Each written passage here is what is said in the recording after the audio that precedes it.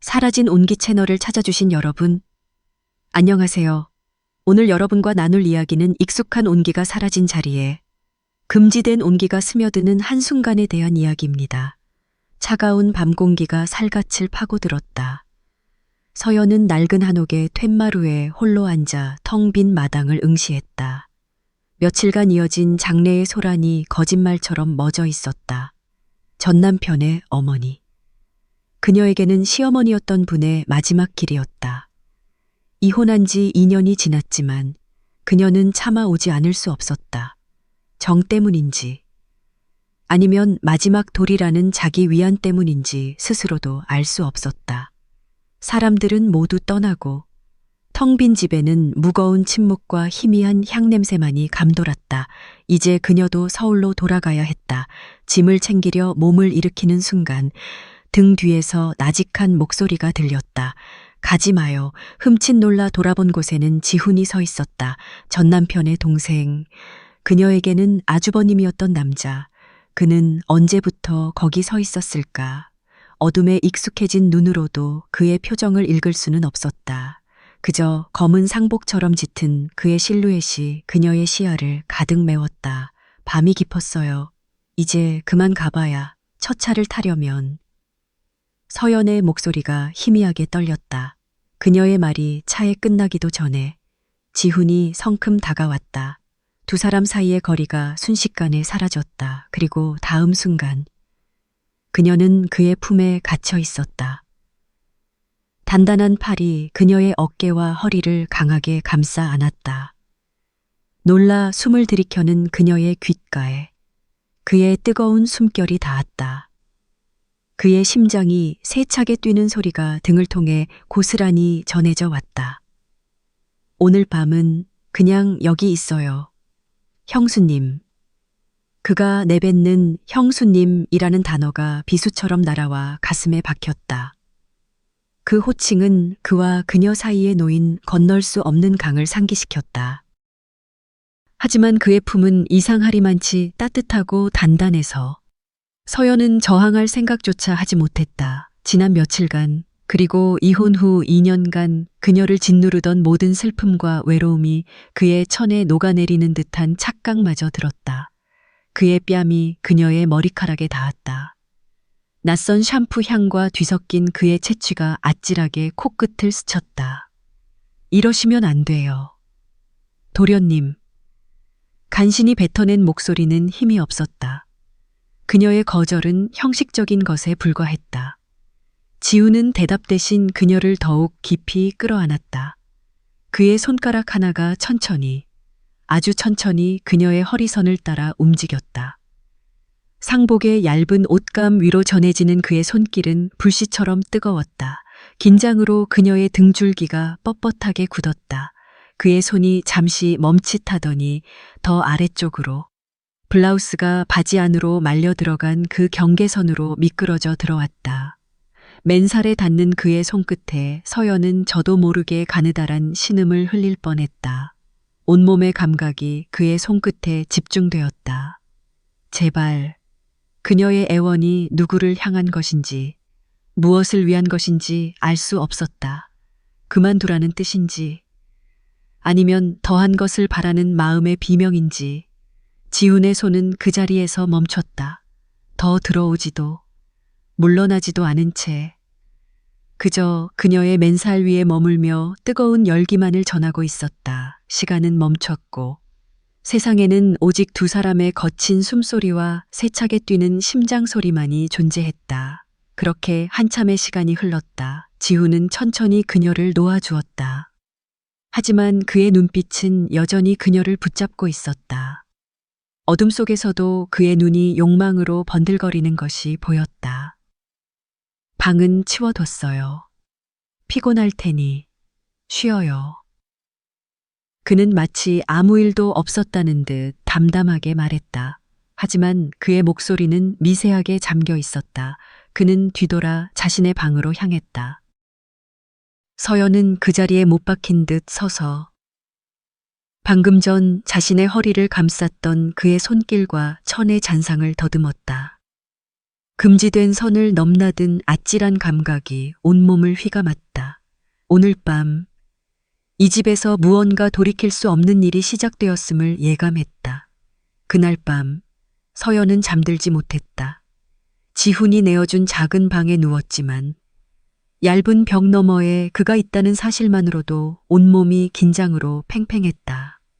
방문을 잠그는 것을 잊었다는 사실을 깨달았지만 자리에서 일어나 문을 잠그러 갈 용기가 나지 않았다. 혹시라도 그가 올까? 아니, 오기를 바라는 걸까? 스스로의 마음을 종잡을 수 없어 혼란스러웠다. 얼마나 지났을까? 방문이 조심스럽게 열리는 소리가 들렸다. 서연은 숨을 죽였다. 달빛을 등지고 선 익숙한 실루엣, 지훈이었다. 그는 소리 없이 방 안으로 들어와 문을 닫았다. 삐걱이는 마룻바닥 소리가 유난히 크게 들렸다. 그는 서연이 누워있는 이부자리 옆에 조용히 앉았다. 자는 줄 알았는데.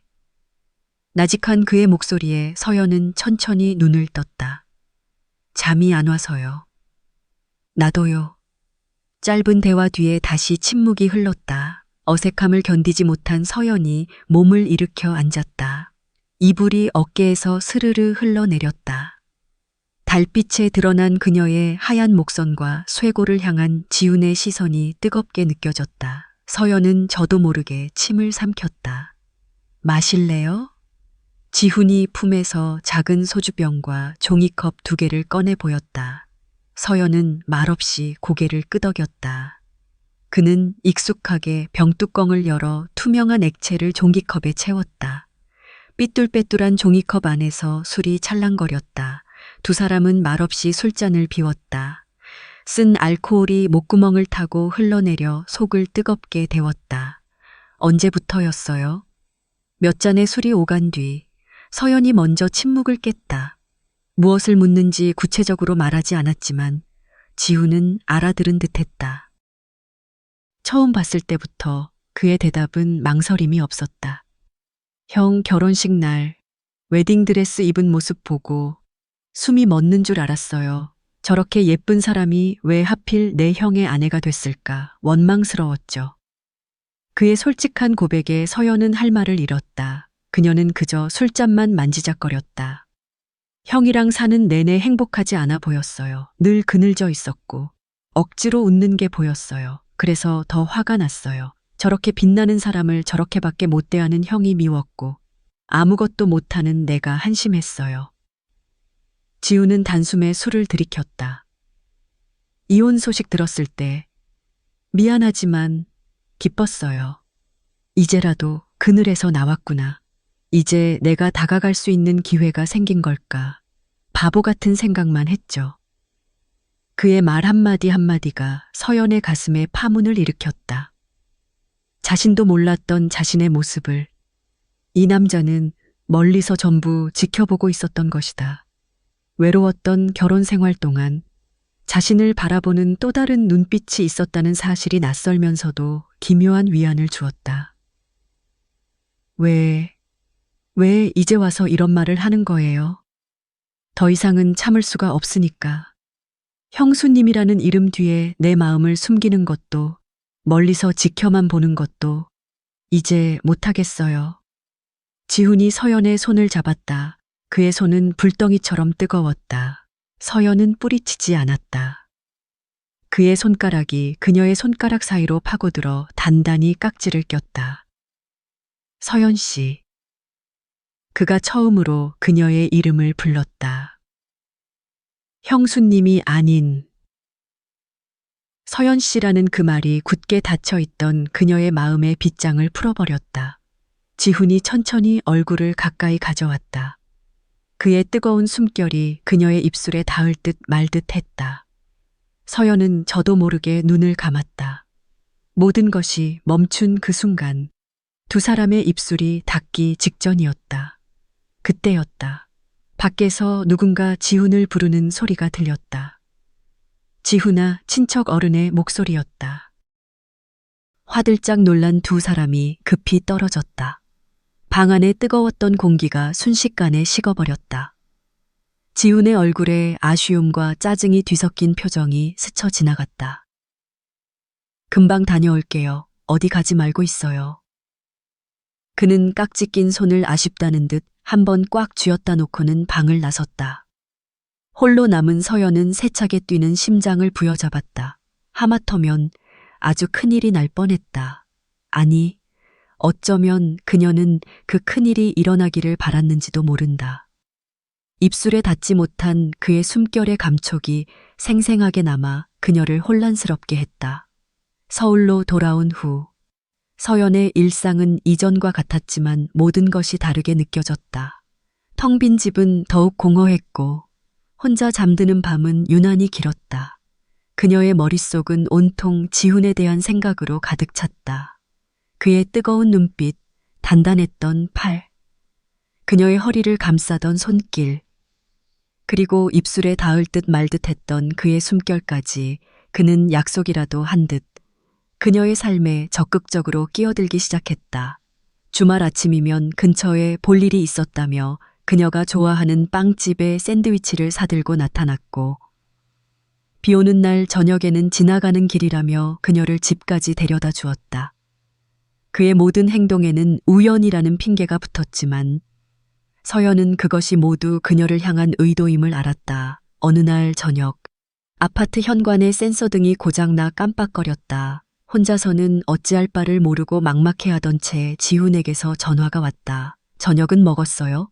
아니요, 그게 현관등이 고장나서 사람이 와야 한다는데. 기다려요, 지금 갈게. 그는 셔츠 소매를 걷어붙인 채 공구함을 들고 30분 만에 나타났다. 그는 능숙하게 의자 위에 올라서서 등을 살폈다. 아래에서 그를 올려다보는 서연의 시선이 그의 넓은 등과 단단한 팔뚝에 머물렀다. 집중하느라 살짝 찡그린 미간과 굳게 담은 입술이 왠지 모르게 섹시하게 느껴졌다. 다 됐어요. 잠시 후 현관이 환한 빛으로 가득 찼다. 그가 의자에서 내려오다 발을 헛디뎠다. 어엇 중심을 잃고 휘청이는 그를 받치려던 서연 위로 그의 몸이 덮치듯 쓰러졌다. 좁은 현관에서 두 사람은 완전히 밀착했다. 그의 가슴팍에 얼굴을 묻게 된 서연의 귀에 그의 심장 소리가 천둥처럼 울렸다. 미안해요. 괜찮아요? 나직한 그의 목소리가 머리 위에서 들려왔다. 서연은 고개를 들지 못하고 그저 고개만 끄덕였다. 그의 몸에서 나는 은은한 비누향과 남성적인 채취가 그녀의 이성을 마비시켰다. 지훈은 그녀를 일으켜 주려다 말고 그녀의 어깨를 잡은 손에 힘을 주었다. 서연 씨. 그의 부름에 서연이 천천히 고개를 들었다. 바로 코앞에 그의 얼굴이 있었다. 진지하고 깊은 그의 눈동자가 그녀를 빨아들일 듯이 응시하고 있었다. 그의 시선이 그녀의 눈에서 코로 그리고 입술로 천천히 내려왔다. 마치 입이라도 맞출 것처럼. 서연은 다시 숨을 멈췄다. 하지만 그는 입을 맞추는 대신 그녀의 헝클어진 머리카락을 부드럽게 쓸어 넘겨주었다. 그의 손가락이 귓가를 스치는 순간 짜릿한 전율이 등줄기를 타고 흘렀다. 저녁 사줄게요. 맛있는 거. 그는 아무 일도 없었다는 듯 웃으며 말했다. 서연은 그가 자신의 감정을 가지고 노는 것인지 아니면 정말 신중한 것인지 헷갈렸다. 하지만 한 가지는 확실했다. 그녀는 그가 주는 이 아슬아슬한 긴장감을 즐기고 있었다. 주말에 그는 그녀를 채 태우고 도시 외곽으로 향했다. 그가 직접 설계했다는 작은 갤러리 카페였다. 통유리창으로 햇살이 쏟아져 들어오는 아름다운 공간이었다. 여길 당신이랑 가장 먼저 오고 싶었어요. 그는 따뜻한 커피를 건네며 말했다. 두 사람은 나란히 창가에 앉아 오랫동안 이야기를 나눴다. 그의 꿈에 대해서, 그리고 그녀가 잊고 살았던 소소한 행복에 대해서. 그의 옆에 있는 시간 동안 서연은 자신이 다시 살아 숨쉬는 것을 느꼈다. 집으로 돌아오는 차 안, 해질녘의 붉은 노을이 차 안을 가득 채웠다. 감성적인 분위기에 취해 서연이 창밖을 보고 있을 때 지훈이 갑자기 차를 갓길에 세웠다. 왜 그래요? 서연이 묻자 그는 대답 대신 그녀를 지그시 바라보았다. 그리고는 천천히 손을 뻗어 그녀의 뺨을 감쌌다. 그의 손바닥은 따뜻하고 부드러웠다. 단 한 번도 형수님이라고 부르기 싫었어요. 처음부터 당신은 그냥 서연 씨였어. 내 여자였으면 좋겠다고 수천 번도 더 생각했던 사람. 그의 엄지손가락이 그녀의 입술을 부드럽게 쓸었다. 그 감촉에 서연의 몸이 살짝 떨렸다. 그가 천천히 얼굴을 숙였다. 이번에야말로 피할 수 없을 것 같았다. 아니, 피하고 싶지 않았다. 그녀가 스르르 눈을 감는 순간 날카로운 벨소리가 차 안의 공기를 갈랐다. 서연의 휴대폰이었다. 화면에 뜬 이름은 그녀와 지훈을 동시에 얼어붙게 만들었다. 김진우 그녀의 전남편이자 지훈의 형이었다. 전남편의 전화는 모든 것을 망쳐놓았다. 로맨틱했던 분위기는 산산조각 났고 두 사람 사이에는 어색하고 무거운 현실의 공기만이 남았다. 서연은 차마 전화를 받지 못했다. 지훈은 아무 말 없이 다시 차를 출발시켰다. 그날 이후 모든 것이 삐걱거리기 시작했다. 어떻게 알았는지 전 남편은 두 사람의 관계를 눈치챘다. 그는 지훈에게 전화를 걸어 온갖 욕설과 비난을 퍼부었다. 형제를 배신한 놈, 더러운 놈, 차마 입에 담지 못할 말들이 오갔다. 지훈은 묵묵히 모든 것을 감당했지만 두 형제의 사이는 돌이킬 수 없을 만큼 틀어졌다. 문제는 거기서 그치지 않았다. 전 남편은 서연에게도 연락해 그녀를 괴롭혔다. 그는 사랑이나 미련 때문이 아니었다. 오직 자신의 소유물이었던 아내를 동생에게 빼앗겼다는 사실에 대한 분노와 배신감뿐이었다. 내가 어떻게 내 동생을 꼬셔? 이혼했다고 아주 막 나가기로 한 거야. 너 때문에 우리 집안 풍비박산 나는 꼴 보고 싶어. 그의 말은 서연의 죄책감을 후벼 팠다. 그녀는 지훈을 사랑하게 된 자신의 마음을 부정하고 싶었다. 이건 사랑이 아니야. 그저 외로워서 잠시 기댔던 것뿐이라고. 지훈과 자신은 시작부터 잘못된 관계였다고 스스로를 세뇌했다. 며칠 후 지훈이 그녀의 집 앞으로 찾아왔다. 그의 얼굴은 며칠 새에 반쪽이 되어 있었다. 얘기 좀 해요. 서연 씨. 할 얘기 없어요. 우리 이제 그만 만나요. 서연은 문을 열어주지 않은 채 문에 기댄 채 말했다. 문 하나를 사이에 두고 두 사람의 고통이 고스란히 전해졌다. 형 때문에 그래요. 신경 쓰지 마요. 내가 다 해결할게요. 아니요. 당신 때문도 그 사람 때문도 아니에요. 그냥 내가 자신이 없어요. 우린 안 되는 사이잖아요. 처음부터. 차가운 그녀의 말에 지훈의 목소리가 절망으로 잠겼다. 안 되는 게 어디 있어요. 내가 사랑하는 사람이 당신이고 당신도 나한테 마음 있잖아요. 아니에요? 그의 물음에 서연은 대답할 수 없었다. 마음이 없다고 거짓말을 할 수가 없었다. 하지만 그렇다고 인정할 용기도 없었다. 그녀의 침묵을 긍정으로 받아들인 지훈이 문을 두드렸다. 서연 씨, 제발 문 좀 열어봐요. 얼굴 보고 얘기해요. 네? 돌아가요. 다신 찾아오지 마세요. 서연은 마지막 힘을 쥐어짜 매정하게 말했다. 그녀의 말은 지훈뿐만 아니라 스스로에게도 상처를 냈다. 한참 동안 문을 두드리던 소리가 멎었다. 서연은 문에 기댄 채 주저앉아 소리 없이 울었다. 그가 완전히 떠나갔음을 직감했다. 자신이 직접 자신에게 찾아온 온기를 내친 것이었다. 시간이 흘렀다. 계절이 두 번 바뀌고 서연의 삶은 다시 예전의 무채색으로 돌아왔다. 아니, 이전보다 더 깊은 공허함이 그녀를 지배했다. 지훈이 잠시나마 채워주었던 온기의 자리가 텅 비어버리자 그 빈자리는 혹독한 항의로 가득 찼다. 그녀는 가끔 지훈의 소식을 SNS를 통해 엿보았다. 그는 해외의 유명한 건축상을 받으며 승승장구하고 있었다. 그의 사진 옆에는 아름다운 여자가 미소 짓고 서 있기도 했다. 서연은 쓴웃음을 지으며 휴대폰을 껐다. 그가 행복하기를 바랐지만 가슴 한구석이 시리게 아파오는 것은 어쩔 수 없었다. 어느 맑은 가을날, 서연은 우연히 그가 설계했다는 도심의 한 복합문화 공간을 지나게 되었다. 하늘을 향해 유려한 곡선으로 뻗어 있는 건물은 그 자체로 하나의 예술 작품이었다. 햇빛을 받아 시시각각 다른 빛을 뿜어내는 유리 외벽을 멍하니 바라보던 서연은 자신도 모르게 건물 안으로 들어섰다. 높은 천장과 탁 트인 공간, 곳곳에 배치된 예술 작품과 휴식 공간, 모든 것이 지훈다웠다. 따뜻하고 사람을 편안하게 만들고 그러면서도 세련된 감각을 잃지 않은 이곳을 설계하며 그는 무슨 생각을 했을까? 어쩌면 이곳에 자신과 함께 오고 싶어 했을지도 모른다. 건물 한가운데 있는 작은 정원 벤치에 앉아 서연은 눈을 감았다. 그의 채취, 그의 목소리, 그녀의 뺨을 감싸던 따뜻한 손길이 다시금 생생하게 떠올랐다.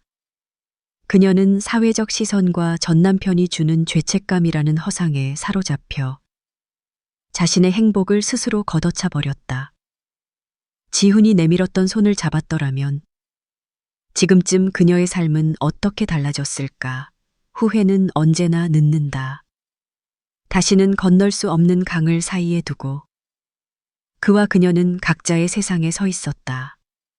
서연은 주머니에서 휴대폰을 꺼냈다. 1년 넘게 열어보지 않았던 그의 번호를 눌렀다. 한참을 망설이다. 떨리는 손으로 메시지를 입력했다. 수많은 하고 싶은 말들을 지우고 또 지웠다. 결국 남은 것은 단 한마디였다. 미안해요. 전송 버튼을 누른 그녀의 눈에서 뜨거운 눈물이 흘러내렸다. 답장은 오지 않을 것이다. 그것을 알면서도 그녀는 한참 동안이나 어두워지는 화면을 바라볼 뿐이었다. 따뜻했던 온기는 이제 그녀의 기억 속에만 존재했다. 창밖으로 밀려드는 도시의 차가운 밤 공기 속에서 그녀는 아주 오랫동안 홀로 앉아 있었다.